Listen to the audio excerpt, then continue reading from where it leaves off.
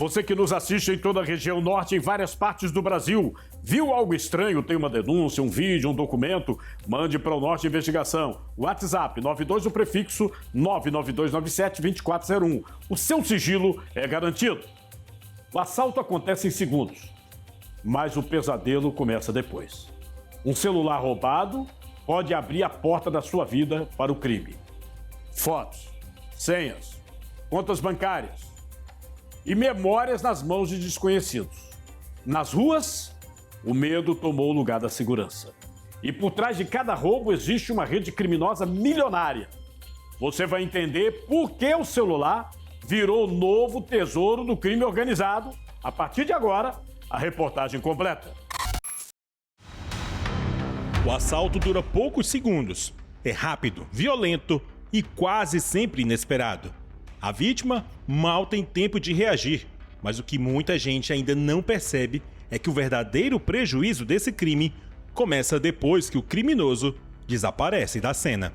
Porque quando um celular é levado, não é apenas um objeto que vai embora, é uma vida inteira que fica exposta nas mãos de desconhecidos. Que usar um dos celulares do trabalho para poder contatar a minha família, que não mora aqui, para poder avisar que eu fui assaltada e tive que voltar para casa de carona.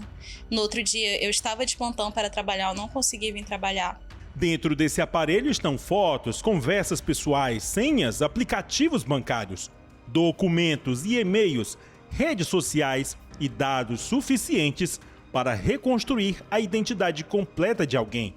O celular deixou de ser um simples telefone há muito tempo. Ele se transformou no centro da vida digital de brasileiros e foi exatamente essa transformação que chamou a atenção do crime organizado. Ele contém uma parte da minha vida porque a partir do momento que eu fiquei sem celular, eu fiquei incomunicável. E na geração que a gente vive, ficar incomunicável não dá. Depois da pandemia, a relação das pessoas com o celular mudou de forma definitiva. O aparelho virou banco, escritório, sala de aula, consultório médico e cofre digital. E hoje, com a tecnologia, um celular hoje ele é um microcomputador. Lá você vai carregar também softwares, aplicativos, vírus, telemensagem, envio de dinheiro. Tudo passa a depender dele. Resolver problemas, pagar contas, trabalhar, estudar, se comunicar. A rotina inteira passou a caber na palma da mão. Só que enquanto a tecnologia avançou em velocidade recorde, a sensação de segurança ficou para trás. Os criminosos utilizam de tecnologias, que é uma tecnologia OTG e é também através de softwares na internet, que são disponibilizados até gratuitamente, mas com versões pagas, para fazer a remoção daquele iCloud, daquele password ou da tela de segurança de selfie.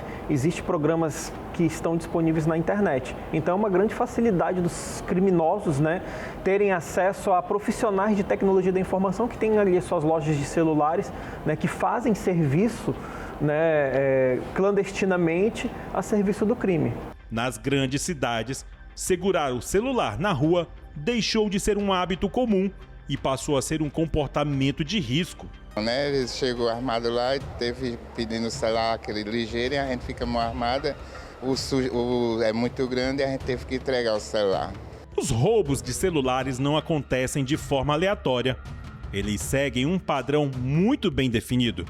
Horário, local e perfil da vítima costumam se repetir em praticamente todos os registros policiais. A maior parte dos casos acontece entre 6 da tarde e 11 da noite, justamente no momento em que milhares de trabalhadores e estudantes estão voltando para casa, cansados e com o telefone na mão. Eu saí, que eu trabalho numa panificadora, aí eu saí, eram às 9 horas, Eu pego dois de um para integração e da integração para outro, 922. E a gente tava indo e ao caminho chegar em casa aconteceu esse. Eu saio às 8 horas, eu estava saindo um pouquinho mais tarde, às 9 horas, com 2 amigos da empresa. E passando um pouco da frente de onde a gente trabalha, 2 pessoas abordaram a gente. 2 pessoas estavam em uma moto e uma dessas pessoas estava com um capacete amarelo, que foi a única coisa que a gente conseguiu identificar de toda a situação. só abordaram a gente e falaram: passa só o celular. Quase 80% dessas ocorrências são registradas em vias públicas. O asfalto, que deveria ser espaço de circulação, virou território de caça para criminosos que observam, escolhem a vítima e agem em questão de segundos. O celular estava dentro da toalha, enrolado. Eles sabem. Eu não sei como ele conseguiu, eu não vi. Quando eu fui chegar na casa da minha filha, que era 2 quadras depois, que eu fui pegar o celular para falar com ela, que ela estava viajando, o celular tinha sumido. Quando eu desci do ônibus, aí já vinha 2 rapazes atrás de mim, aí já me abordaram e levaram. Os dados do Anuário Brasileiro de Segurança Pública mostram a dimensão desse problema. O estado de São Paulo concentra sozinho quase 1/3 de todos os celulares roubados e furtados no país. A capital paulista responde por quase 1 a cada 5 casos registrados no Brasil. Mas a violência não está restrita à maior metrópole do país. Ela se espalha por outras capitais como São Luís, Belém, Salvador, Recife, Teresina e Porto Velho, onde os índices desse tipo de crime também chamam a atenção das autoridades. Está muito ligado a uma questão da dinâmica da criminalidade. Quando eu falo em criminalidade de roubo e furto desses objetos pessoais, dessas miudezas, digamos assim, está muito ligado a uma questão de receptação. Em determinados outros centros eu tenho uma criminalidade já mais organizada, voltada para um outro tipo de atuação. Então, Belém pode estar muito ligada a essa questão dessa criminalidade de massa, onde eu faço esse roubo, esse furto de equipamento para estar vendendo, para estar justamente fazendo a venda dele numa questão de receptação ou estar abastecendo assistências técnicas e tudo mais. Especialistas apontam que o momento mais crítico dessa ocorrência não é o assalto em si, é o que acontece nos minutos seguintes.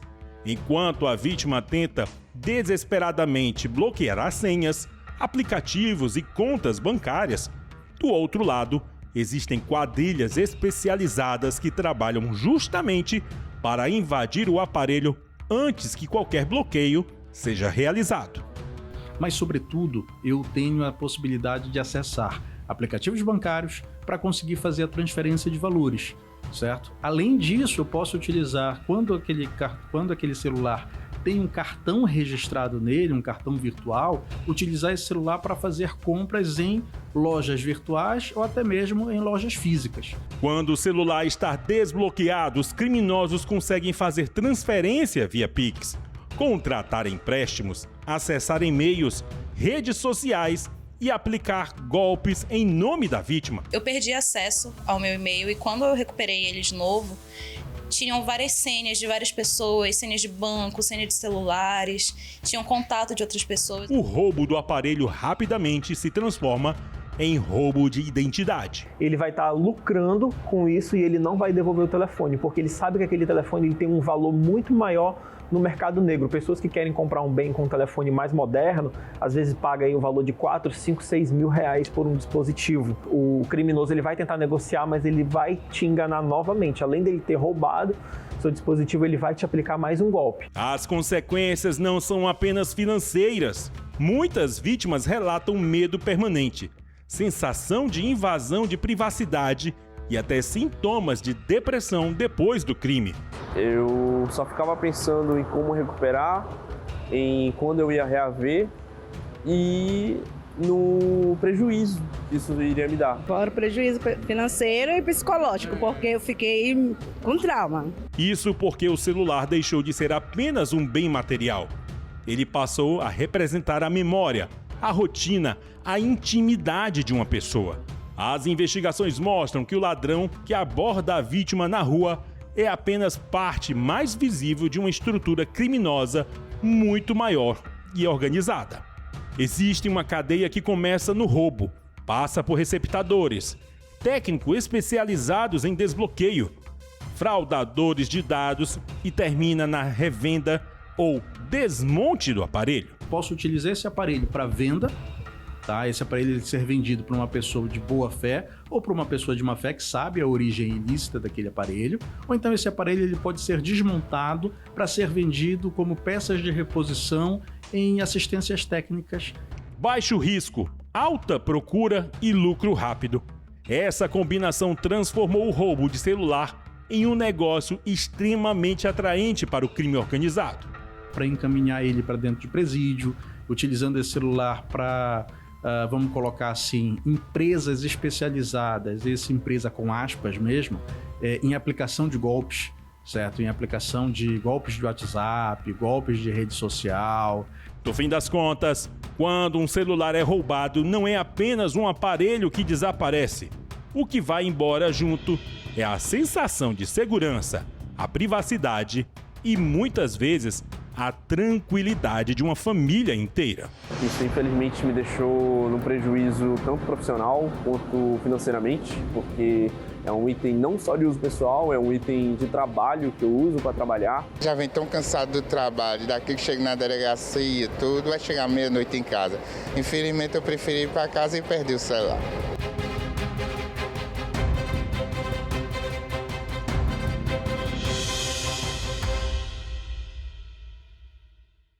O brasileiro está vivendo refém do medo nas ruas.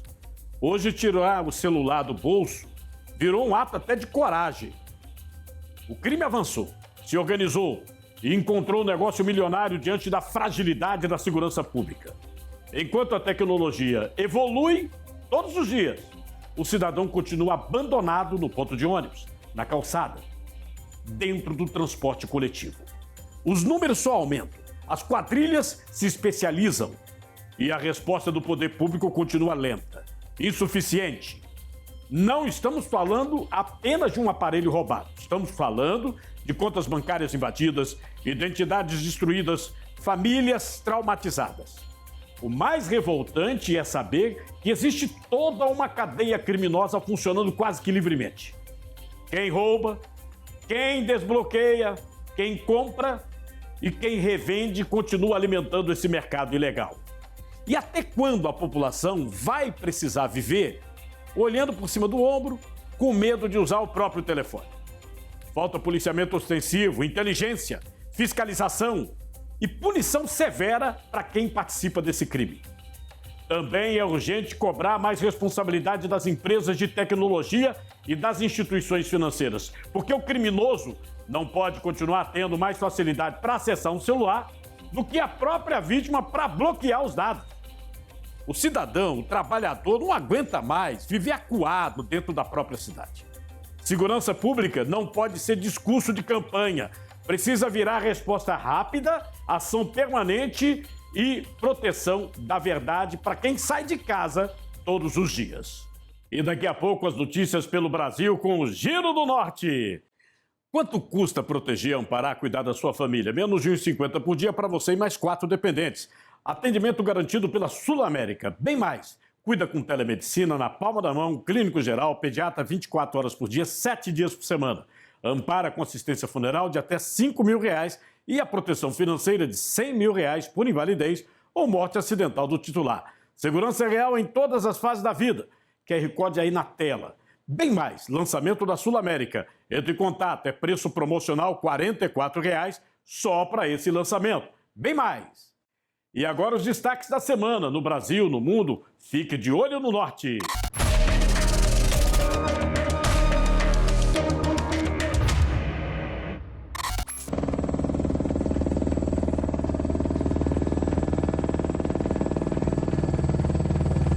Aqui no Tocantins, a Polícia Civil está investigando um grupo criminoso que teria movimentado quase 5 milhões de reais em golpes na internet depois de criar sites falsos de bancos digitais. Eles realizavam transferências e PIX indevidos. Era um esquema bem organizado.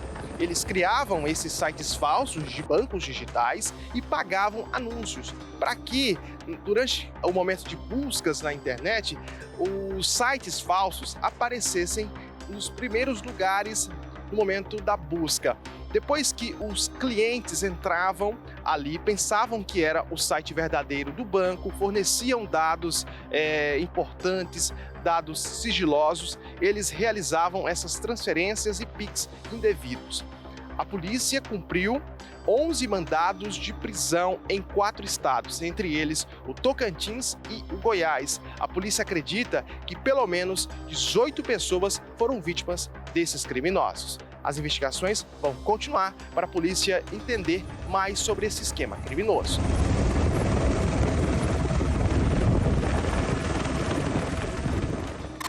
No estado de Roraima, o cenário político se agita cada vez mais. Nesta semana, Paulo César Quartiero desistiu da sua campanha eleitoral nas eleições suplementares. Ele iria disputar pelo Democracia Cristã. E, de acordo com ele, ele abandonou o pleito após uma decisão da diretoria nacional em trocar o possível candidato à presidência do Brasil.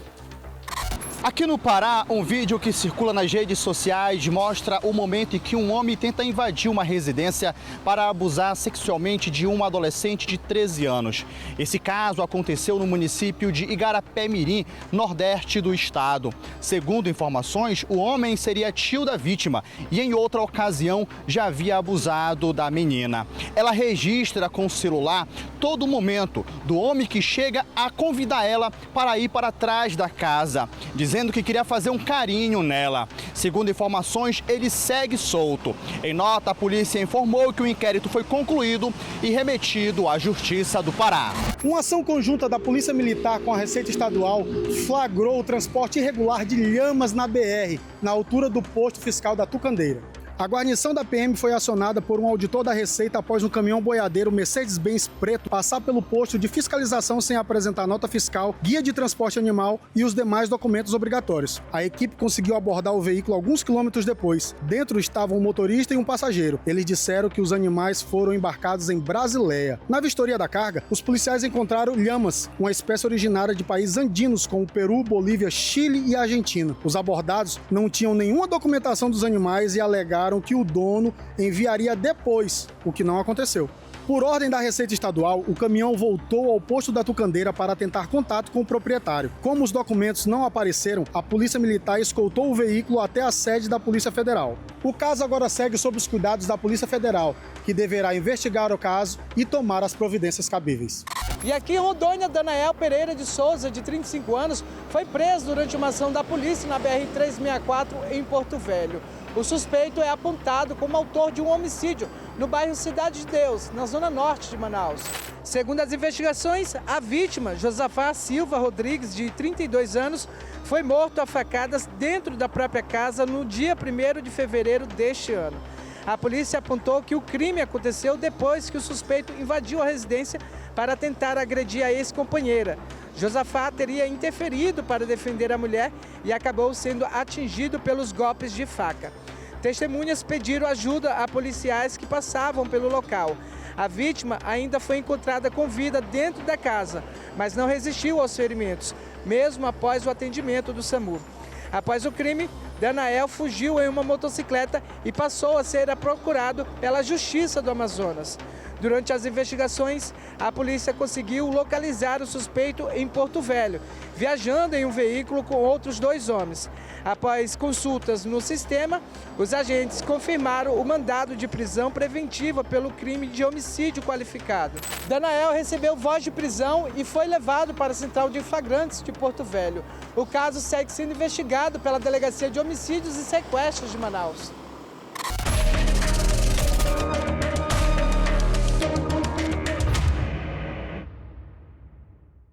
Muito obrigado por sua audiência no Norte Investigação. Participe do nosso WhatsApp 92 do prefixo 99297-2401. Na próxima semana, mais uma investigação exclusiva. Assista aos programas na íntegra no YouTube e acompanhe as redes sociais do Grupo Norte Comunicação. Até a próxima.